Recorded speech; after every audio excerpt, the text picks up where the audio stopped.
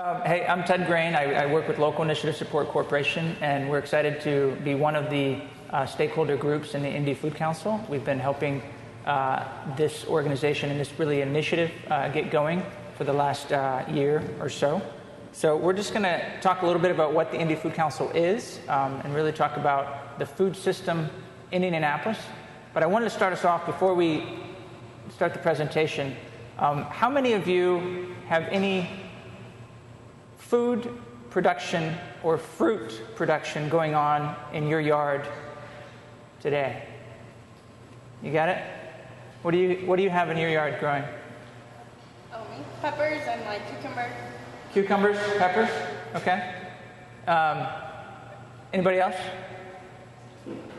Okay. So here's another question. What do you think the best fruit to produce in Indiana is? I asked this of several farmers, so I have the correct answer, I think. But what do you think the best fruit is to grow in Indiana? Huh? So we heard apples. Strawberries. Okay. Well, actually, I asked a couple farmers this, and they say tomatoes, because technically tomato is a fruit, and it grows incredibly well here. Now, can anyone tell me if there's any grocery stores that currently carry Indiana-grown tomatoes? So I don't know of any either. So we have a crop, tomatoes, that grow incredibly well in Indiana. Our climate is particularly well suited for it, and yet we can't actually buy any tomatoes at our local grocery store. So I think this just pinpoints and highlights the challenge that we have in terms of food production locally, and the fact that we're kind of turning down jobs by the fact that we're not fully utilizing our local food production to promote economic development in Indiana.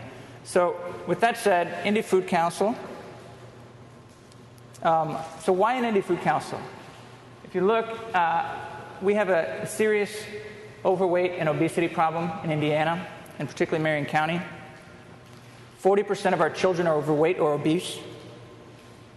The city of Indianapolis actually has an estimated 17,000 parcels of land that are vacant. And of those, a Butler University study identified that 3,800 acres of those would actually be farmable, vacant land, in Marion County. This is Marion County.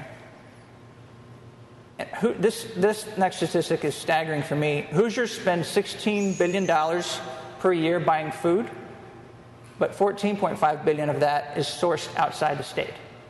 So we're an agricultural state. We have an agricultural heritage. We do really well at producing agricultural products for the export market. But 92% of those are commodity products that leave the state. In terms of the food that we actually eat, we source very little of that from Indiana or Marion County or Indianapolis. And then finally, in terms of hunger and social justice in our community, Indy Hunger Network has identified that there are 27 million missing meals in Indianapolis. These are folks that are actually missing meals due to food insecurity. So the Indy Food Council took a look at all this data and realized what we thought we needed was an organization, a collaboration that would address all of these issues at the same time. We call it a collective impact, and the idea with the collective impact is that there are a lot of food initiatives going on that are really amazing. There's a lot of great organizations working on food, but there needed to be slightly more collaboration and alignment of these resources for impact. Collective impact is, I love this slide because you got all these different boats. They're all swimming in the same water. They're all rowing. And in this case, the water would be food-related initiatives. But really, they're not headed the same direction, with the same metrics, with the same goals, with the same vision for change. And so that's what we were trying to do with the Indy Food Council, with all these disparate organizations.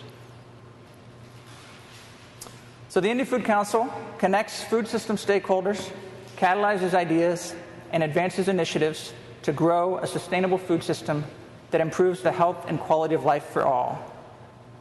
When we looked at the food system in Indianapolis, we saw that there are basically 4 core motivations for people being involved in food. It's food because, frankly, it's healthier for you if you have local food, or just healthier food in general. So your personal health and the health of our community. Hunger, social justice. The fact that folks are going hungry in our community is an outrage, and we need to solve that in many different ways. But also food as economic development and community development. Food as a way to promote the betterment of our neighborhoods, to provide jobs, and economic development in terms of tax base, increased tax base for the city. And finally, ecology. There's a lot of folks that are very interested in local food from a sustainability standpoint. The idea that most of your food that you're eating right now actually traveled 1,600 miles to get to you. And so there's a fundamental ecological question there that needs to be addressed.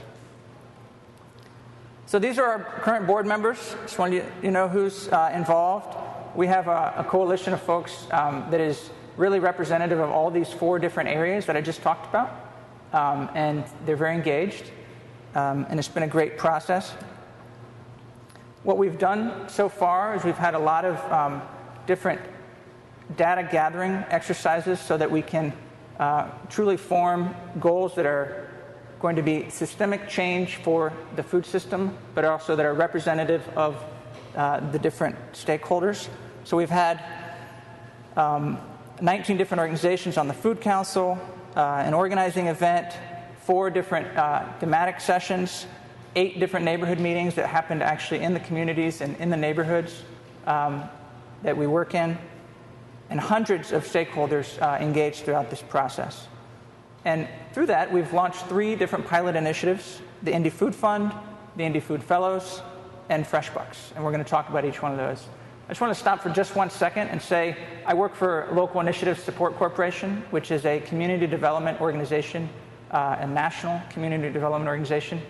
And the reason we were interested in being a part of this Food Council and just the food movement in general is because we see the potential for economic development and community development in the neighborhoods that we care about. A lot of our neighborhoods were coming to us with questions about food access, getting a grocery store in their neighborhood, urban farms and community gardens as a way to bring people together and also to provide jobs for folks. So we were instrumentally involved with the launch of Pogue's Run Grocer, which is on East 10th Street, and that addressed the food desert issue over on the Near East Side. So that's kind of where LISC is coming. But all of these partners, and I'll go back, have their own reasons for connecting and their own expertise in this, and we would welcome you all to participate as well. The table is literally set, and we welcome you to join us. So in all these sessions, people, we were asking, so what do you need to see in a council to make it viable, to have it add value to the food system and actually change the food system in Indianapolis? And so we heard that we need broad representation, which we have done and continue to try to do. But basically, it's a communication and collaboration space. It's aggregating the collective impact that's already happening and making sure that we're all informed about what's going on and that we're aligning our initiatives going forward. One of the initiatives that we do, kind of similar to this, but on a quarterly basis, the Indy Food Council hosts a collaboratory, which is really the idea that you get together, you share what's happening, and you figure out ways to collaborate amongst food system stakeholders. There's a lot of different organizations that are doing this kind of work, and so it's important to coordinate that. So I want to talk just briefly about each one of the core nodes or areas for us. So health, and these goals have been vetted through literally hundreds of people in different organizations, and ultimately codified and ratified by the mayor of Indianapolis, Mayor Greg Ballard, and the city council. These goals were put into the Healthy Food Resolution, which was signed by the council a few months ago. So under health, these are the goals. We want to promote health and reduce chronic disease among Indianapolis residents through the consumption of healthful diets and increased physical activity. We also want to increase the availability and effectiveness of educational programs around nutrition, and fundamentally improve access to healthy food for neighborhood residents. The second one there is really critical. Access to food has been talked about a lot. Food deserts as a problem. But fundamentally, you can have a lot of grocery stores in your neighborhood. You can have farmers markets in your neighborhood. But if you don't know personally what to do with the food that comes to you, if you don't know how to cook it, or you don't have time to cook it, then you're not really truly accessing the local and healthy food. So that second bullet point there around nutrition education is really critical. Ecology, one of the key problems that we have in the city of Indianapolis are vacant or abandoned lands, some areas that have been used for industrial purposes in the past and have been contaminated. There's an opportunity to reutilize some of those for urban farming and urban growing. So that's one of the goals there, to transform that degraded land into productive and useful land.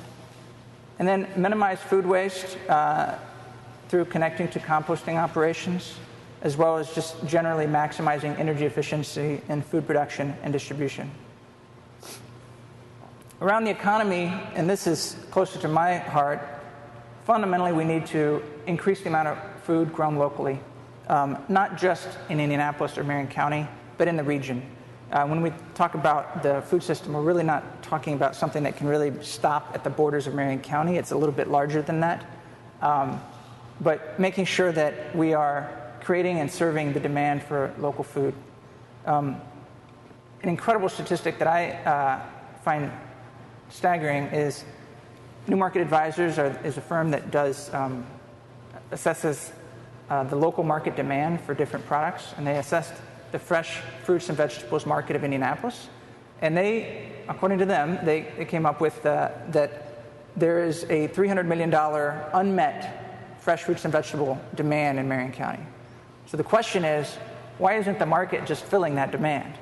Why aren't there tons of farmers and urban farmers or other farms on the periphery available to meet that demand? So that's a question that we're grappling with. I think there's a lot of different answers to it, but and we haven't figured that out yet. But there is a market demand, and this is borne out anecdotally by all the urban farms that just sell out of their produce immediately, and they can sell to the best restaurants in town that are demanding the local produce.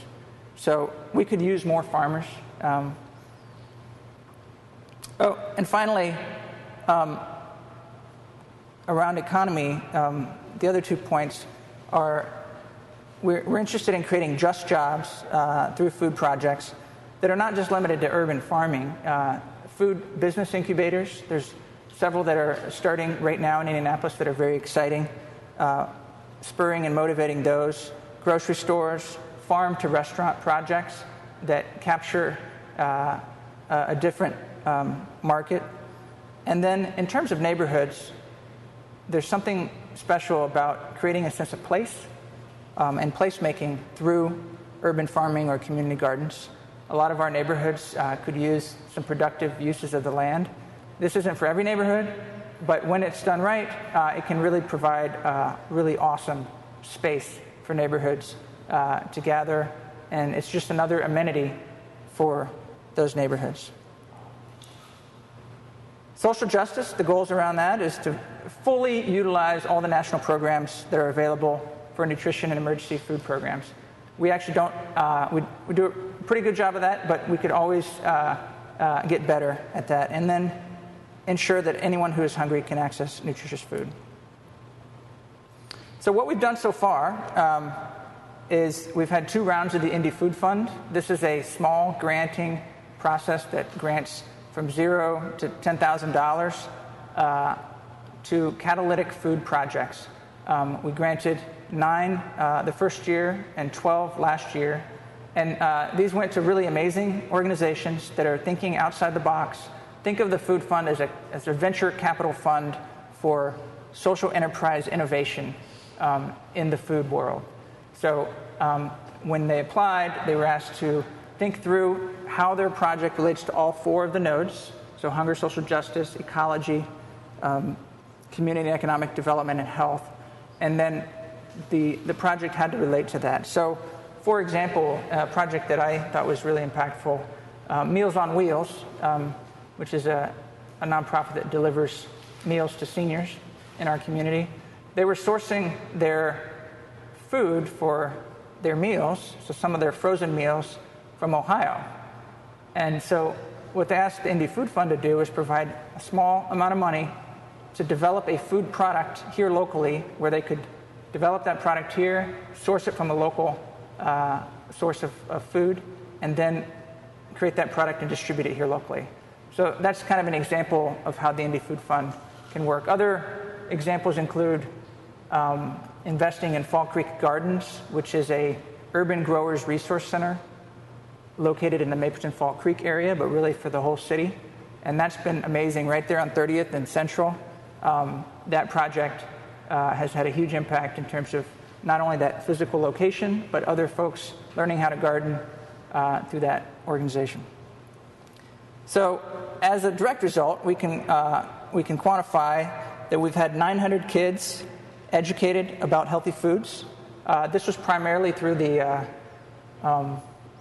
there was a project that was called Coop to Schools, where we funded chicken coops in several different schools that formed the basis of a curriculum around agriculture and education for that school. So they installed a chicken coop in those schools.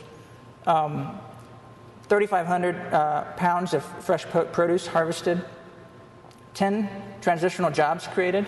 There's a wonderful organization called FarmWorks Indy that is working side by side with Big City Farms, which is a local entrepreneur that farms vacant lots in urban neighborhoods and then sells that produce to restaurants and to people, individuals.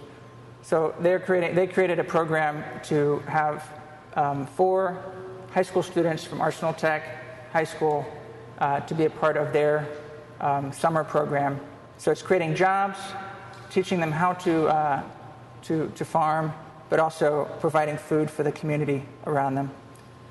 14 vacant lots have been repurposed through this. We've leveraged over almost $400,000 in funds, and we've had $30,000 or so in co-investment dollars. These were dollars that the Indy Food Fund didn't give out directly, but other funders or philanthropic sources gave out to Indy Food Fund grantees as a result of the process. So we feel like that's a very successful program so far, but we're still learning from it, and we'll likely do it again. So be on the lookout for the Indy Food Fund RFP for 2015. And then another program that that we started is called the Indy Food Fellows. It's just another level of support for catalytic food organizations that are trying to do system change in Indianapolis. So Food Fellows is where juniors and seniors in college, all the major academic institutions in town have been connected through this, and we match them up and pay them a stipend to work 350 hours over the course of a year at a local food organization. So they could be working at a food pantry, they could be working at Felicia Hiawatha, which is an urban farming and youth empowerment organization in Martindale-Brightwood. They could be working for Marion County Public Health Department, working on a health assessment for them. So this is just another way that we're trying to build up leadership development in the food system world and directly impacting and adding capacity to those organizations.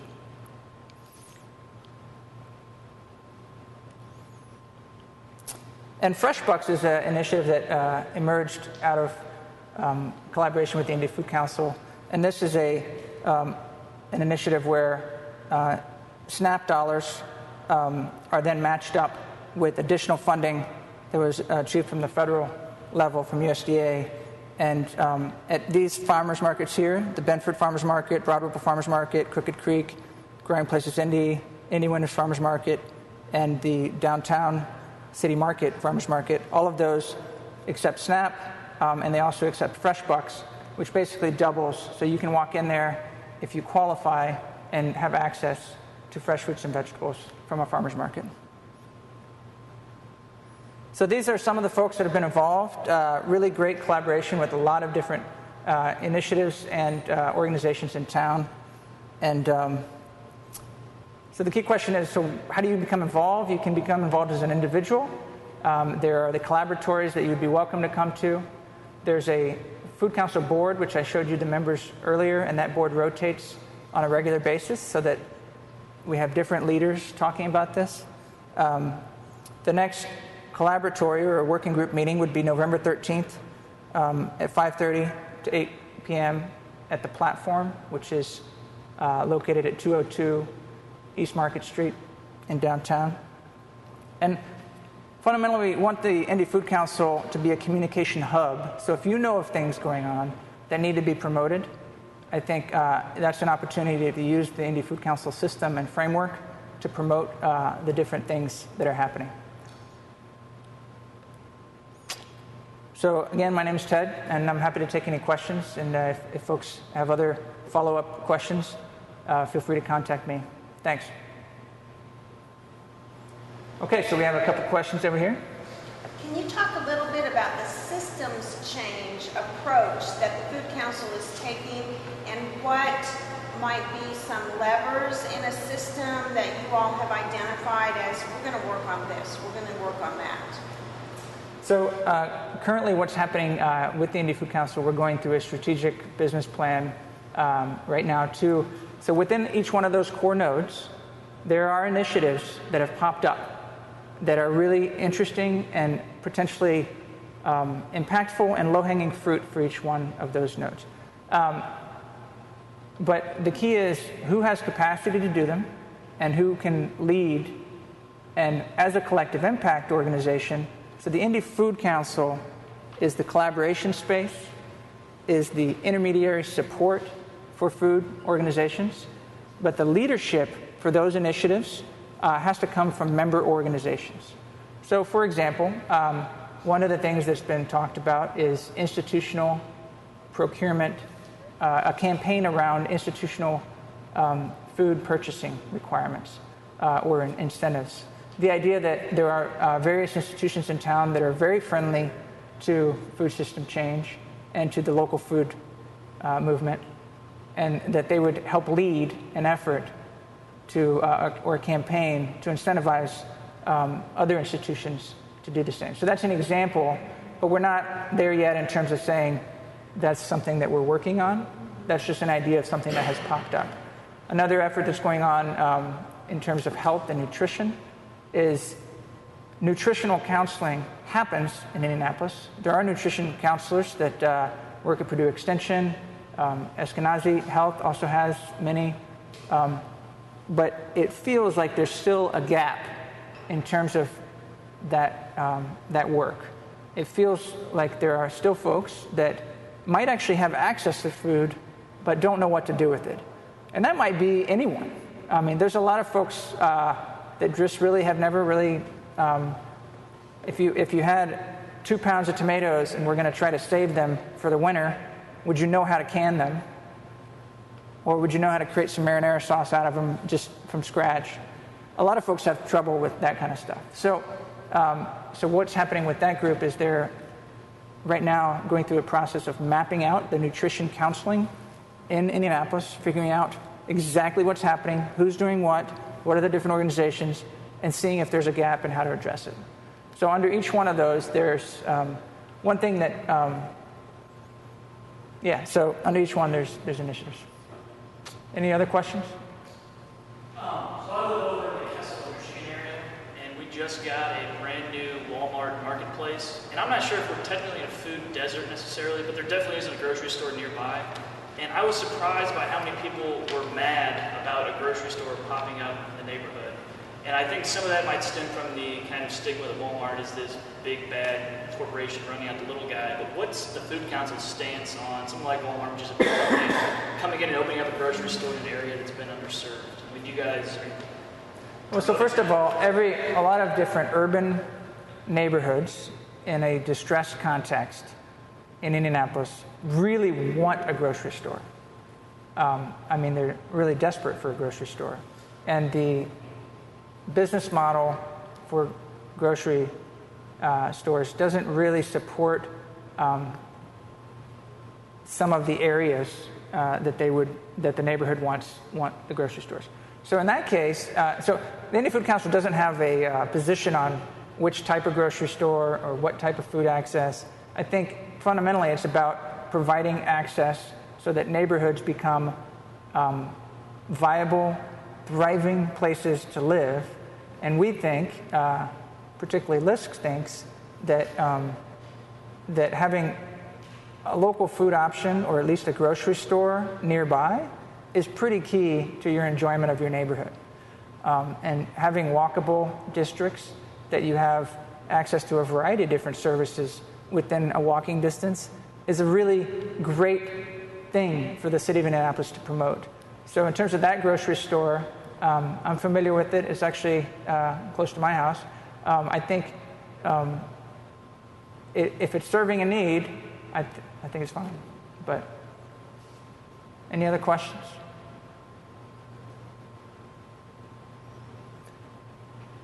I think fundamentally, to me, the food work is just a part of all the work that we're doing to improve Indianapolis that Plan 2020 is addressing. So when you think about what it takes to make a great city or a great neighborhood, it takes great amenities like a grocery store or a local bank or some great restaurants, but it also takes having neighborhood residents employed in meaningful economic activity that they can get to easily with good transportation. So to me, the food discussion is something that's really critical for Indianapolis to take seriously, mostly because I think we're turning down jobs. When you look at nationally, there's something called the Locavore Index. This is an index that compares different states and different cities on how local their food access and food purchasing is. So that means what they really do is they take an assessment of how many farmers markets there are, how many restaurants that source from local food, how many CSAs or consumer-supported agriculture there is. We are ranked 33rd in the nation. So we're in the top 10 of agricultural producing states, and yet we're 33rd in the consumption of our own produce. So I think there's a gap there that's actually an opportunity, an economic opportunity for Indianapolis and the region to take hold of, and I think that ultimately can translate into more jobs for folks at the neighborhood level. So any other thoughts on that or questions? Well, thank you so much for your time, and if you have any other follow-up questions or suggestions, or you want to connect to the food system in a meaningful way, please feel free to reach out. Thanks.